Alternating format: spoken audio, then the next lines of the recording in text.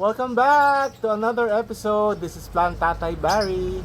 At ngayon nga po, itutuloy natin ang part 4 and last part ng ating ornamental garden update. Okay, kasama po dito yung ating second half ng ating hanging plants at saka po yung ating mga nasa labas. Okay, samahan niyo ako ulit. And then ito ang ating Cissus plant. Ayan, namamatay, nabubuhay, namamatay. So, feeling ko kailangan ko siya i-ganon para makaugat siya ng konti. No? And then, ayan, another calathea. Ito, another Vietnam rose. Tapos, orchids. And then, ito yung parang local version ko ng, anong tawag dyan? Queen of the Night.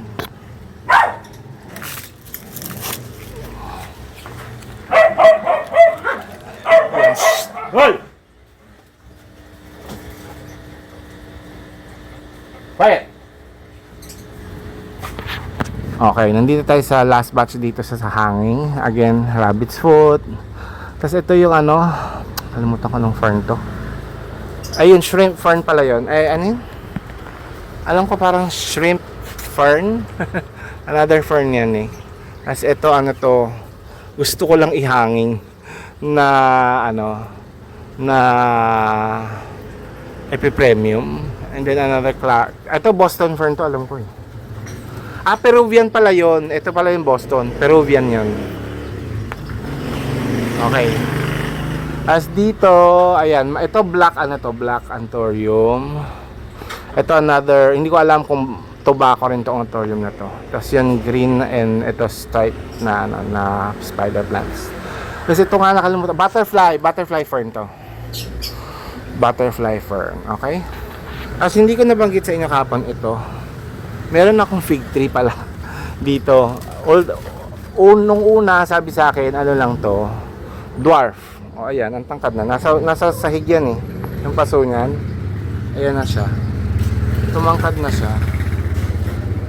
Okay? And then okay, palabas na tayo. So habang papalabas tayo, ayan, papalabas tayo. Nandito naman sa aking bukana ang aking variegated whirl marks. Oh, variegated yan. Variegated yan. Ito mas halos baliktad na. Ayan oh. So yung iba, mas maraming green. So tinrim ko na yan, gumanyan ulit. So kailangan natin itrim ulit. So dito naman ang aking variegated African talisay. And then ito po, itong pasong to ay ang aking, kalimutan ko anong klaseng banana to, pero yung dahon nito yung may brown, may na parang red na stripe. Ayan, na may puso na nga ayan nagbunga. And then ito yung aking mother na Alocasia big ears. Ito yung unang-unang niyan. Tapos ito na ngayon yung bago. Yan. Tapos dito tumubo yung ito naman yung original ko na dragon ear. Ayan, nandiyan yung mother niyan. Nagtubuan na din dyan. Tapos ito yung aking mother na golden pothos. At saka itong syngonium na ito. Nandiyan lahat yan, original. Simula umpisa. Diyan ko talaga pinatubo yan. Kaya yung pagpasok pa lang sa bahay, kumukha na talagang jungle dahil dyan. Yan. Okay, nandito na po tayo sa labas, no? So ayun yung sinasabi ko sa iyo na mother na neon pothos. Ayun, nasa taas na siya. Konti na lang, lalagpas na siya dun sa poste ng aking terrace garden ng CNS. Okay? So andito na tayo sa harap. Ayan naman ngayon yung ko sa inyo. I-update ko sa inyo isa-isa. Ito yung dalawang puno. Puno na avocado, tsaka puno ng malunggay. Pinaputol ko. Ayan, ang kapal na naman dahon niya. Kasi nga nag-uulan. Tapos ito ultimately pag lumaki na yan ulit, tapos dito ko na nilagay kasi yung aking money tree at saka itong yucca. Ayan yung yucca sa likod. Ayan, pag lumaki na sila, puputulin ko na tong hindi naman kasi ito namumunga itong aking simula nung umpisa, dinatnan ko na yan dito sa bahay na to. Nung binili ko tong bahay na to, yung arambutan na yan, never bumunga yan. Anyway, dito sa side na to na hindi masyado makikita at nandito nga yung likod. Ayan, meron akong kumakapit dito na ano, na philodendron nakakapit sa poste nila, ng kapitbahay. Ayan. Yung yellow, yung lemon. Kasi ito yung aking money tree. Kasi nandito meron akong nyug dyan. Ayan, oh. Nasa ilalim, ayan, may mga money plant. Anong tawag dito? Dragon fruit. Tapos meron akong, ito yung isa sa mga original ko na Dieffenbachia. Yung mga common dito ko lang nilagay sa labas. Ito another Dieffenbachia common na umano tumubo dito sa aking ano, ang tawag dito, puno. Kasi ito puno to ng ano puno to ng mangga. Ayan oh. Ito yan oh, puno ng mangga. Yan. So hanggang pinasuko lang siya. And then of course, my very first ever giant and first ever kong philodendron. Apparently, hindi pala siya philodendron, tomatophyllum pala siya. Ang tomatophyllum sellum. Okay? So, nasa gulong lang yan. Ayan o. Para pagka nagkaroon na po ako ng farm or garden na malaki, madali lang po siyang mapapakuha. Kasi hindi siya nakaano sa lupa, sa ilalim ng lupa. Diba? Gusto ko siyang, if ever, dahil first ever ko siyang halaman na ano, gusto ko siya magiging centerpiece ng aking garden. Kahit common lang siya. Kasi may storya siya. Okay, so nandito tayo sa harap, no? Hindi na natin ito pag-uusapan tong cactuses na to kasi nasa ornamentals tayo ngayon, no? So ito, meron po akong puno ng santol dyan. Ito yan, no? Nakasingit siya dyan. Tapos ayan yung aking mother na lacerum. Ayan, umakyat na rin siya dyan sa punong yan. Kasama nung ano ko, epipremium pinatong green. At dito makikita nyo, ayan, yung aking ano, gumagano na, so kailangan ko na siyang putulin din. Yung aking Monstera borsigiana. Yan yung aking Monstera borsigiana. And then ito yung aking original na saging. Ayan. Original banana yan. Okay? So simula nung nandito kami dumating, niregalo sa akin ng mami ko yan, baby pa lang, mga ganito lang kataas. Ayan, mga ganyan kataas. Tapos ngayon nandun na siya. Mas malaki na siya. Nakapaso lang yan. Nakaapat na lipat na ako ng paso niyan. Ngayon yung pinakamalaki na yung paso. So hindi ko na alam kung saan ko pa siya ililipat pagkatapos na. Okay, tapos ito mga amaryllis. Mga amaryllis yan, hindi pa bumulaklak. Ang may bigay sa akin yan yung may-ari ng bahay na to dati. Nabigyan niya ako. So ayan. Ano na siya, pinagsama-sama ko lang dyan. Isang pahabang paso lang yan. Ang mga amaryllis yan. Tapos ito ang aking global green pothos. Nakakalat lang siya dyan. Tapos ito, nakalimutan ko ang klaseng halaman to Pero gustong gusto ko kasi siya. Nahingi ko lang siya.